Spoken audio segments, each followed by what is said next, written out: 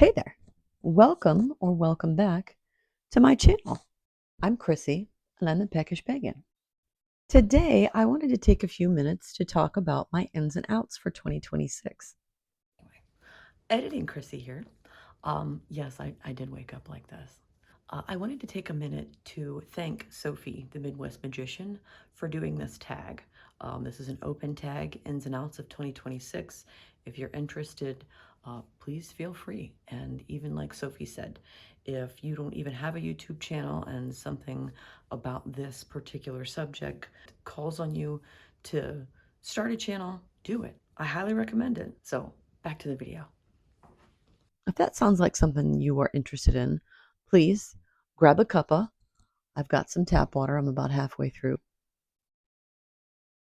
Let's get going. So, full disclosure, I've actually been doing most of this for a few months now. That's also a time of natural progression. We're wrapping up the patio. We're bringing things in from outside. We're cutting back the gardens. We're getting ready for the big winter sleep. That is like a natural time for me to start thinking about the next year. And I don't really do resolutions, but I did do a theme word this year. And the theme word this year is renew, like the little seedlings sprouting up through the grass. But I will show you kind of what I've been doing. So let's get started. Up first is glamour magic as self-care. It's the kind of magic that I like to practice because it focuses on me. Now, I pray for other people, but spell work, all those things, I generally tend to do that um, from an inward perspective because really I believe that my energy is the only energy that I have true power over. And it helps keep me focused on the energy that I want to project inward and then the energy that I'm putting out into the universe. As a means of self care specifically, I actually just cut my hair as a cord cutting spell. And not to let go of anyone, but to let go of parts of myself that no longer serve me. Like I said, I'm just kind of coming out of a shadow time in my life. And I don't want to bring any of the negativity, any of the things that I've grown through. I don't want to bring that with me. But that was something I wanted to try, and I really do feel that it's been effective. I am working on a video for that, and I've got quite a few other things that I wanted to share with you. My daily habits, um, using projects as an allegory for life events. And I'm also thinking about doing either a lip balm or a lip oil. But yeah, magic is self care specifically because, I mean, self care is something that I've honestly gotten away from. I've been in go mode for a while. Being aware of the opportunities that I have to just introduce all these little bits of glamours for me um, is something that I'm super excited about. Is something that I'm super excited about. And I've like, I mean, look at this. Look at this hair. I know you've seen my hair in other videos. You can see through the ends of it. Thank you all for not saying anything. Not that you would, but we're our own worst critics, right? But I'm really loving this haircut. It really worked out well for me. And it was one of those things where I knew that I wanted to do it. Like I was trying to grow out these bangs and just kind of just get everything back in line. And it was so transformative. And I really needed that. Let's go for an out. Oh, doom scrolling and procrastinating. These started out as kind of separate things, but then I realized right away I procrastinate because I doom scroll, and I doom scroll as a means of procrastinating. Like if I am faced with too many things, I will just shut down and go flipping through my phone for hours on end. And I mean, I have wasted entire evenings. I'm sure that there are people out there who can identify with this. It's kind of a coping mechanism where I just have too much to do, and I end up not doing it. I like the feeling of ease that I get when all my boxes are checked. Being productive online is pretty much the only time that I'm on there. I do have moments, like I have my little controlled moments where no, just dive in. And they're just fewer and much farther between. And they're shorter. I set timers so that I have like, 15-minute intervals. And that works for me. The biggest leap for me was figuring out how to get started. And it was kind of a motivation thing too. What has worked for me is planning to do the tiniest little bit. And I mean like definitely absolute gonna win that one. Like I have a website I have to work on. Turn on my computer. Turn on my computer. That's all I have to do. And I've put it in different places where I would be more, that it's easier to it's more accessible. But that was another thing, is making sure that I have my little situations placed where the situation happens. And that has worked tremendously for me. So like just turning on the computer, I'm gonna type in the password. I'm gonna go check my email. I'm gonna open up WordPress. I'm gonna do the updates. I'm gonna check on orders. So I've just taken that approach in most of the big tasks that I have to tackle. It breaks them down into smaller bites, and I get more dopamine hits the more that I do. So if my only goal is to turn on the computer, and I've gone and checked off every box that I had to do on a computer, man, I'm done. Oh, that is a great alternative to doom scrolling and looking up and realizing, oh, the entire evening is gone. Let me do what little bit I can and go crawl into bed. I'm also not as exhausted either. I'm sure that there's science behind this, but my next in has been reconnecting to my practice. So I started with reconnecting to my land and decided in early December to dedicate my Instagram page to my own hashtag called One Path One Year. And it is just a path that I see almost every day. Um, and I take a picture of it, almost the same spot. Um, when I try to keep it kind of in line so that it just, on Instagram, it looks good. And I don't get a whole lot of likes. It's not gaining a lot of traction, but that's not why I'm doing it. I will go back through these, and I just love scrolling through and seeing the progression of what that looks like. And that is another thing that I allow myself to go online for, because to me that's not doom scrolling. That's me reflecting. And if you have the means to do this, I highly recommend it. Even if you don't put it on Instagram, just take a picture every day, and maybe, save it in a folder in your phone so that you can go through and see each one of them. But it really has been a spectacular process so far, and I've been doing it, like I said, since early December. We're coming up. This is the end of February, so I've been at it for a few months. I can't wait to see what this area looks like in the spring. Another thing I've been doing is looking at things that are kind of unremarkable, or that I think, this is okay, whatever, that's a what, and finding out remarkable things about them. And this kind of started with black walnuts. Like, I grew up around them. We've used them our whole lives. It's a flavor that I love. And I know that it's not everywhere, but the idea that some people think that's exotic, that's kind of cool. And there are other things that I have looked into. We've got the black walnut, and something else that I am currently digging into that I can't wait to share with you is isopods, roly polies, pill bugs. That's what we called them when I was growing up, pill bugs. But they are not even bugs. They are terrestrial crustaceans.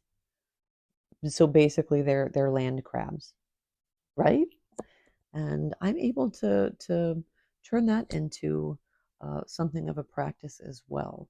And this isn't just, I mean, not just for the black walnuts and the ramen, but I'm looking at folklore of the sea.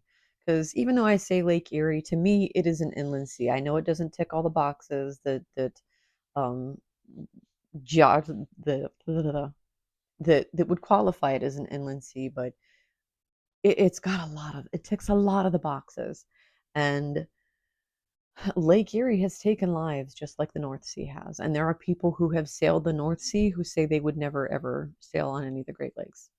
So that tells you how wild and unpredictable they are, even if they are just lakes. They're called the Great Lakes for a reason.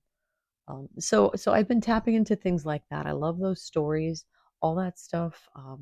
I've just been kind of soaking in. And I recently bought a book called Hickety Pickety. I cannot remember the author's name. I'm going to put it in a little sticky mark down below.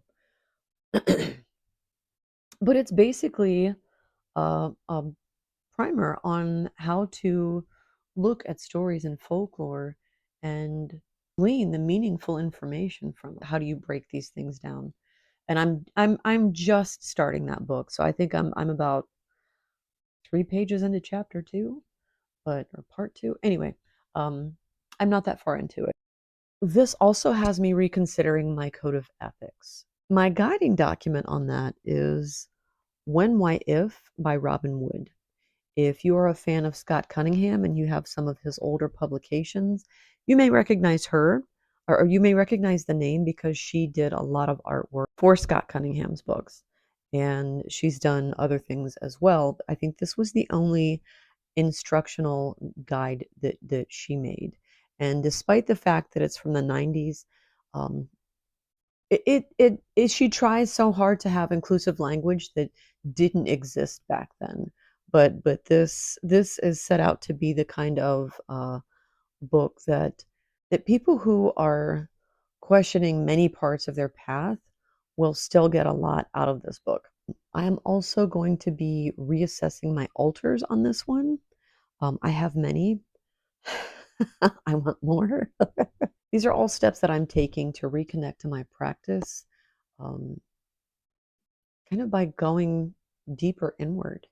And a book that I'm using for that is Kissing the Limitless by Thorne C. Coyle.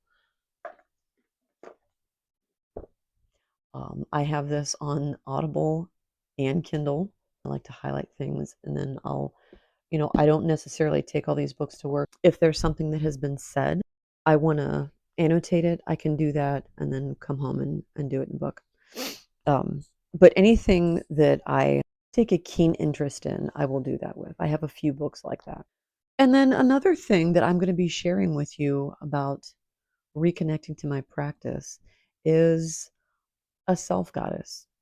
Her name is Emsty, which is it's me backwards because I'm so clever. But it stems from a Kelly Ann Maddox video that she did. And I forget what the premise even was now. It escapes me. But basically, if you were a deity, if you were a god or a goddess, um, what would you be the god or goddess of? What if someone wanted to make offerings to you? What would they do? Someone wanted to worship you. How would that go? And I kind of ran with that. That's me. I mean, it's based on me. It is for me, um, about me, by me, to me, and I mean, it's been such a great journey, and this is kind of where the glamour magic of self-care comes from. This is where a lot of these things come from because this is a way for me to focus really on knowing myself, which is the ultimate goal, right? Out number two is consumption. I have a lot of stuff, um, and I'm done buying stuff. I was looking through my closet, trying to clean some things out. I have this little cart. I've got all my little paints and chalks and pencils and stuff, and found a set of pastels. And I was like, oh, I was just getting ready to buy another set and found a set that I really just didn't even remember owning. So things like that. I'm going to shop my closet, and that kind of also ties into um, breaking tasks down for, to keep me from procrastinating. Just a section at a time, get everything organized so that I can kind of, and that's going to be my approach is let me shop this shelf, and that goes for my craft closet and my clothes closet. Now there are like I need jeans. I need new jeans. I have worn every single pair that I have out, and it's been 10 years since I've gotten some, so it's about time. That's not the kind of stuff I'm talking about. I'm talking about those pastels because that's the kind of thing I didn't need it and I was already set to buy it. I have purchased so many things that I forgot what I've purchased. I never wanted to be that person, but I am. Thank goodness it's for like craft items and things that aren't perishable or like dated, like clothing and stuff. Because I'm pretty sure that I've had those for a long time. My next in is FAFO. Fuck around and find out. And I have been having so much success with this, and it did kind of start with the with not procrastinating anymore. Just what if you did this one thing and your whole website crashed? What if you did this one thing and your whole website started working? Superman's not coming for you on this one. I like to also pretend that I'm like maybe from another planet, or that I grew up in a cave, or just far away from civilization. And I am trying to learn how to get through this world. So, if I can't get somewhere, consult the owner's manual, call tech support. What I'm saying? Just get it done on your own. This one genuinely keeps me from out number one. And I think it's going to take me in a lot of fun directions that I'll be sharing with you this year. My last out is something that I've been asked if I'm going to do, but I definitely am not. And that's selling things like Patreon, having an Etsy, and it's not because I think those things are awful. It's because I do not have the spoons. I fully intend on supporting my small witchy businesses and being a patron, booking readings and things like that. But I personally will not be doing those things. And the biggest reason for that right now is because I have my own business. It has nothing to do with witchcraft, or and it is absolutely not witchcraft adjacent. I sell aftermarket bolt-on parts for early model water cooled Volkswagens, Rabbits, Europe Golf, um, Jettas, Dashers, Foxes, Scirocco's, those sorts of things. See, like I said, not very witchcraft adjacent. But I'm going to be sharing that because I'm going to build a car. And like I just said, like using life experiences as allegories, that's already happening. So, I've got this project car that I'm working on, and I want to share that with you. And it's going to be hard for me not to bring you into that part of my life without telling you, hey, yeah, I've got this whole ass business that I do that's completely aside from peckish pagan. I need to give you that disclosure so you're not asking questions like, "Whoa, where are you?" Um, this is something that my husband and I have built together, and I've been hesitant to share it until now, but I I'm not sure what I'm afraid of. I only have like 185 followers as I make this, but amazing followers, but I haven't really weeded out anybody that's gonna like come to a show and be creepy, but we've already had people come to shows and be creepy. So it really, I guess throughout the reconnecting to my practice and the going inward part, I realized like you've already done this. It's not really that much different because it's about your personal endeavor. I just, as much as I would love to, I have a million ideas for things to sell. I would probably like start an Etsy shop. I don't know that I would ever. I don't feel like I have the. Maybe if it ever comes to me, I would start a Patreon or something. But for the most part, that effort is being put into a family business. So, but if you drive a Volkswagen that was made between 1978 and 19, we're going up to 95, 96 now. Um, Let me know. Hit me up. I'll send you a link. Otherwise, you're going to see me doing some stuff with a lot of really hot looking cars in the background. And yes, they are all mine. Well, mine and my husband's. But these are all builds that I have helped with. And now I am finally building my own car, and I want to share that journey with you too. That is also kind of part of FAFO. But full disclosure, I've had this car for 10 years, over 10 years, well over 10 years. Damn. I've had this car for over 10 years, and I've really just spent that time collecting parts. If you get into cars, if you know somebody that gets into cars, ask your man and M's. They're going to tell you, oh yeah, you can collect some parts in 10 years. That's nice. That's a nice timeline for parts for a project car. So that's what I've done. And I'm going to share that with you.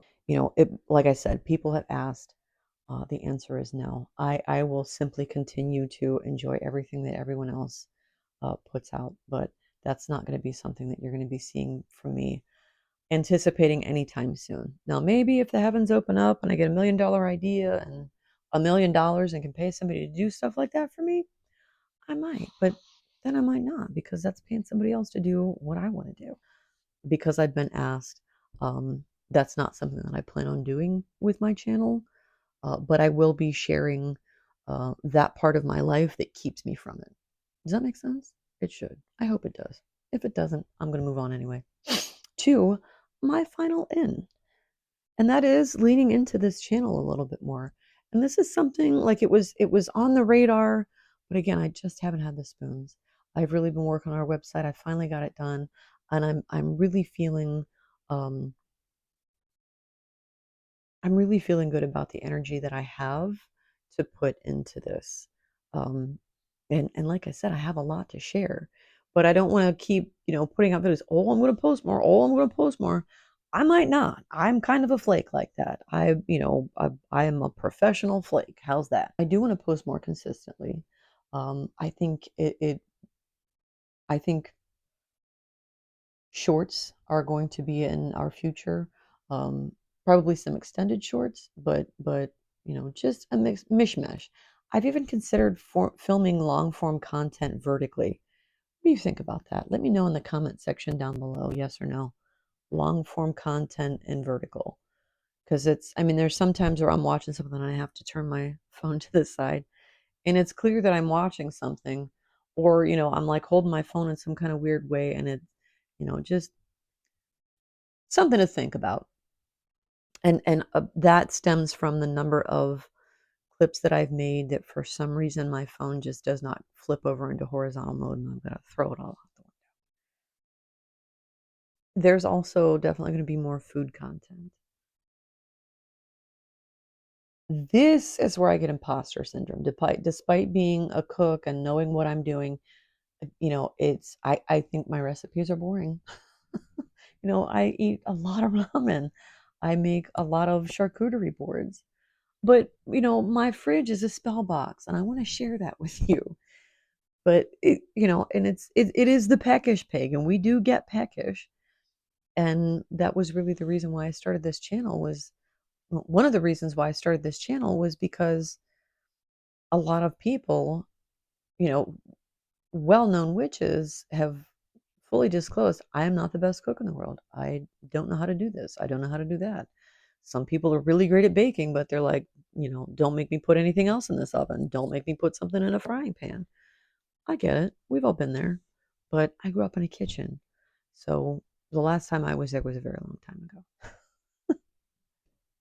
Outside of that, I'm going to continue sharing parts of my life and my practice that I haven't been, and it's mostly because they really didn't align with what the aesthetic was. And it's not a matter of like comparing or appeasing, but more that I don't know how to put it in a context without getting too personal, and now I don't care about that.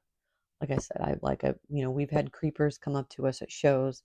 I've had people follow me online. I have to keep my cell phone number off of our business cards. Um, Creepers be creeping. Uh, so I'm not inviting any, but I'm not going to let it hold me back either. I've got a lot of life to share, and I can't wait to do that because I am going to be 50 this year.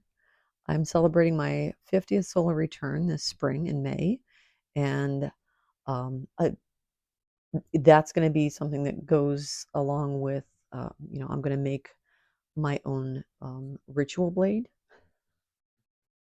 so that when I go foraging, I have this really cool knife to cut things with. And I'm going to be making that at Dollywood. And I'm going to Dollywood for my 50th, primarily to play golf in Tennessee, but also because I have a pop pantheon and Dolly is the matriarch. And I really, I'm so looking forward to this trip. And I don't know how to make this an in. I didn't know how to make this an in, but I did want to share that with you because I think a lot of this newfound energy that I have is because I'm 50. I mean, technically I'm finishing out my 50th year. I've gone through, your first year is not one. Like I'm finishing out my 50th year. My solar return marks the end of that year and the beginning of my 51st year, right? So I have been approaching it. And honestly, for everybody else that doesn't see things that way, I'm going to do it again next year because then I will be 50. Like on paper, I am 50. So I'm trying to make everything into that kind of experience, and I'm done well with it so far. And I can't wait to share as much of it with you as I possibly can. Sometimes it's going to be vertical, sometimes it's going to be horizontal. Either way, we're going to have fun. So if you have made it this far, please put a little sparkle emoji down in the comments section. I really like seeing who makes it to the end of my videos, and I have no idea how long this is going to be once I edit it down. But I really do appreciate that you've taken the time to spend with me. And until next time, take care, do good, and be well.